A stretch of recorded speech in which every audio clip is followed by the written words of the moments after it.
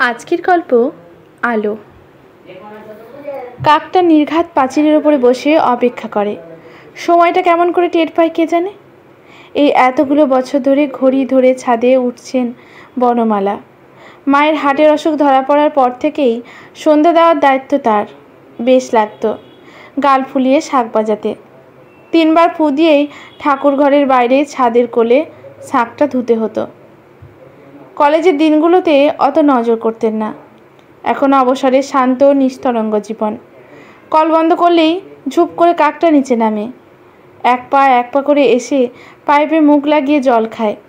কতটুকুই বা জল, প্রয়োজন মিটে যায় তার। ছাদের ওই জায়গাটা থেকে বালতি বসিয়ে কেমন গোলপানা খোদল হয়ে গেছে। গরমের দিনে সেখানে জমে থাকা বালতির জলটুকুতে ডানা ঝাপটিয়ে নাইতে পছন্দ করে সে। কাক কতদিন বাঁচে সে কবে থেকে দেখছেন বনমালা। পুরনো কাকটার ছেলে কিংবা নাতিপুতি হবে বোধহয়। আলাদা করতে পারেন না ঠিক। ইদানিং কেমন ভয় ভয় করে। ঠিক আসবে তো আজ। পুরনো সব কিছুর মতো ওকে দেখাটাও একটা অভ্যাস হয়ে গেছে। ঠাকুর ঘরে শিকল তুলে তালা দিয়ে দেন। তখনও আধার নামে না। ছাদে পায়চারি করতে বেশ লাগে বনমালার। আগে 2-4টে গাছ ছিল, ফুল ফুটত। সেবার এক রাজমিস্ত্রি এসে পরামর্শ দিয়ে গেল। দাদা তার জোগাড়তে আলাদা পয়সা দিয়ে সব গাছ উঠোনে নামিয়ে দিল। থোকা থোকা ফুল ভরে যেত মাধবীলতা। কাপড় শুকোতে দেওয়ার বাঁশটাতে আষ্টে পেষ্টে পেঁচিয়ে ধরেছিল। তারপর সে আপন খেয়ালে পাড়ি দিয়েছিল তার বেয়ে। মাধবীলতাকে ঠাঁই নাড়া করা যায়নি। ছাদে এখনও তার বাস। বনমালা মৃদু হাসেন। আলতো করে হাত বুলিয়ে দেন ফুলের গায়ে। মিহি সুবাস ছড়ায় বাতাসে। গরম পড়েছে, তবে ততটা নয়। চৈত্রের দিনগুলো এমনি যাবে। সেদিনও কাকটা এসে জল খেয়ে গেল। কোথায় যে চলে যায় তারপর ঠাহর করতে পারেন না বনমালা। দূরে হারু কাকাদের ছাদের চিলেকোঠা ঘিরে ওদের সভা। ওদিকেই চাই বোধহয়। সূর্য ডুবেছে খানিক আগে। কি যেন একটা পাখি ডাকতে ডাকতে মাথার ওপর দিয়ে পশ্চিমে উড়ে গেল। দেখতে গিয়ে মাথা তুলে খেয়াল করেন পশ্চিম দিগন্তে কমলা রঙের অপূর্ব আলোর রোশনায় থুপো থুপো মেঘ জমেছে। অপার্থিব আলো ছড়িয়ে পড়েছে চারিদিকে। বনমালার গায়ে কাঁটা দিয়ে ওঠে।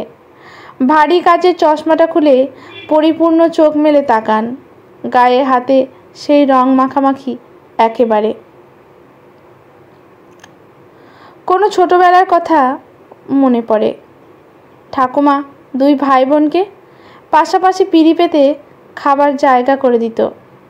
সুতো দিয়ে আধখোনা করে নিখুঁত কাটা হাঁসের ডিম দুজনের পাতে। কুসুমটা সাদা ভাতে মেখে নিলেই পুরোটা হলদেটে কমলা রং ধরত। তারা দুজনেই অমৃতের স্বাদে খেতেন। দাদা আবার ওই কমলা কুসুমের অল্প একটু পাতের পাশে রেখে দিত। থালা চাচিপুচি হলে চোখ বুজে আরাম করে খেত সেটা। মশার ঝাঁক এসে রিনরিন করছে মাথার ওপর। আনমনে অনেকটা সময় পেরিয়ে গেছে। গাঢ় অন্ধকার নেমেছে ছাদে। অমন সুন্দর আলো দেখে মনের ভেতর কেমন এলোমেলো হয়ে গেল বনমালার। সে কবেকার কথা। তখনও চোখে এমনি মোটা কাচের চশমা। কলেজ পাশ করে চাকরি খুঁজছেন। পাকা কথা হয়েছে এক জায়গায়। মাস 2 পর থেকে যেতে হবে। Primary school. তেমন নামি নয়, মাইনেও মোটামুটি। তবে বাড়ি থেকে ট্রামে চেপে মিনিট 20 মধ্যেই পৌঁছানো যায়। বনমালার আপত্তির কোনো জায়গায় ছিল না। একদিন সোদপুর থেকে মামা মামি এলেন সকাল সকাল। বাবা মায়ের সঙ্গে কথা হয়েই ছিল। দাদা বৌদিও নির্ঘাত জানত, কিন্তু পাত্রীকেই কেউ আগে থেকে জানাবার প্রয়োজন মনে করেনি। বিকেল হওয়ার আগেই বৌদি হাট করে আলমারি খুলে দিয়ে বলল, যেটা পছন্দ পড়ো। বনমালার মুছতে একটু সময় লেগেছিল। পাত্রের বাবা মা পিসি এলেন সেই মধ্যম গ্রাম থেকে। সেদিনও অমন চমৎকার কমলা আলোয় ভরে গেছিল দোতলার ঘর। মামা আদর করে বলেছিলেন, বুনি, একে বলে কোণে দেখা আলো, ভালো পরিবার ওদের, দেখিস পছন্দ হবে ঠিক।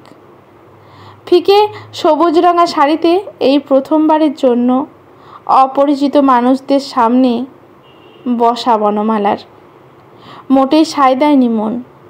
ডাক্তারেরা বলেছিল মায়ের জীবনের মেয়াদ ফুরিয়ে আসছে।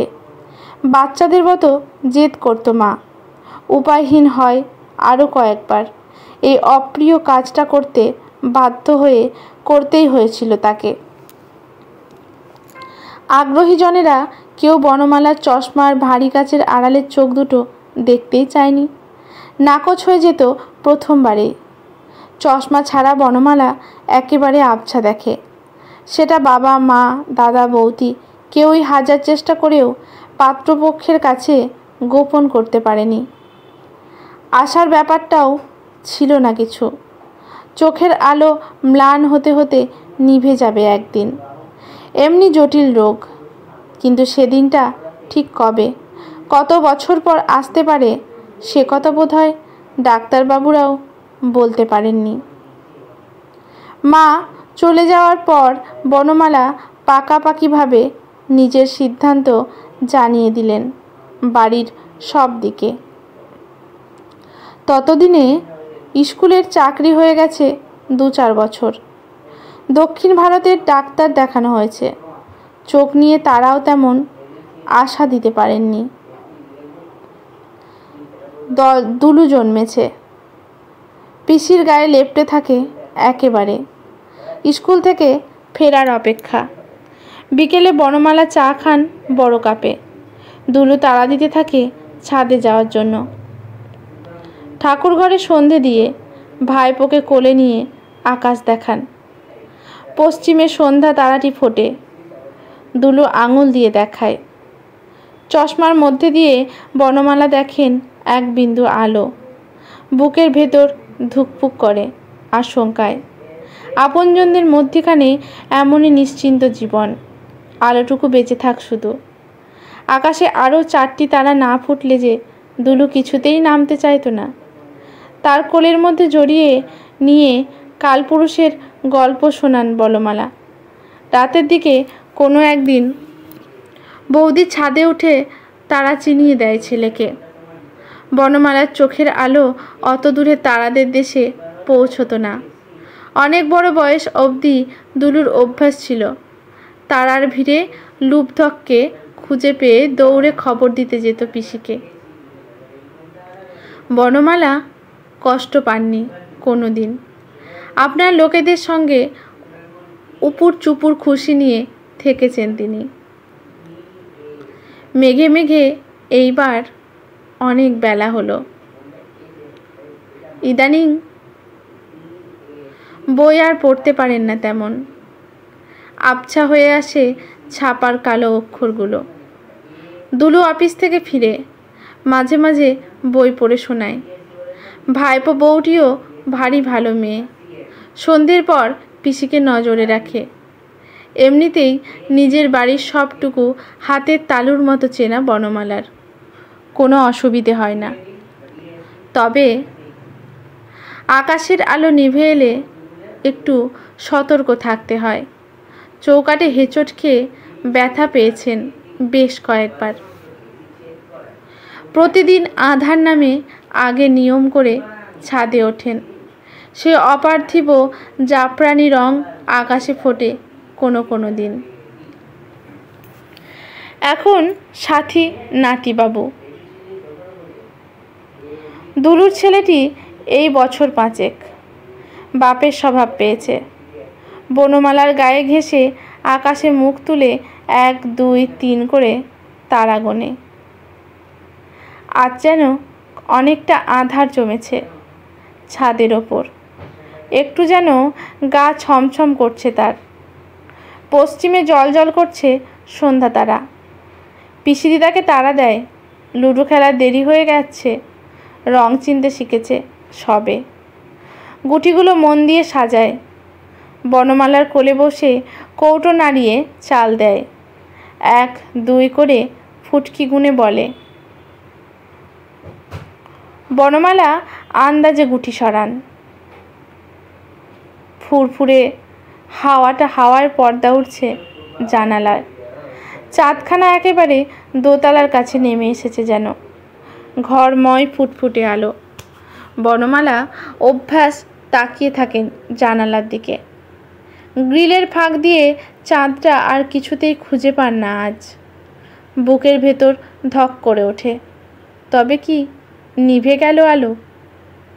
অনেকক্ষণ ঠাওর করে খুঁজে পান ঝাপসা একটা আলোর অবয়ব। পরম নিশ্চিন্তে নাতিকে আরও আঁকড়ে ধরে বসেন বনমালা। দূরে পাড়ার মোড়ের মাথায় ডেকে যায় বেলফুল। ফিকে গন্ধ ভেসে বেড়ায় ঘরে। বহুদিন পরে বেলফুল কিনতে স্বাদ জাগে। দাদা কোথায় বেড়াতে গিয়ে নকশা কাটা একটা পেতলের ছোট বাটি এনে দিয়েছিল। তাতে এমনি গরমের দিনে বেলফুলের মালা কিনে রাখা থাকতো ঘরের মধ্যে। সামান্য জল আছড়া দিলেই মৃদু গন্ধে ঘরটা ভরে যেত। আলো নিভে আসছে চোখের, তবু তার প্রিয়জনেরা একেবারে জড়িয়ে আছে তাকে। এই পরম পাওয়াটুকুই ভারী নিশ্চিন্ত করে বনমালাকে। আদর করে নাতিকে সুধন, বাবু তোমার লালগুঠি কত দূর এগোলো? আজকের গল্পটি লিখেছেন পিয়ালি দত্ত। গল্পটি যদি ভালো লাগে লাইক শেয়ার কমেন্ট করতে ভুলবেন না। ইউটিউব থেকে দেখলে চ্যানেলটি সাবস্ক্রাইব করে বেল নোটিফিকেশানটি অল করে দেবেন। ফেসবুক থেকে দেখলে পেজটি ফলো করে রাখবেন, যাতে নতুন নতুন গল্পের ভিডিও পোস্ট হওয়ার সাথে সাথেই নোটিফিকেশানটি পৌঁছে যায় সবার প্রথমে আপনার কাছে। ধন্যবাদ।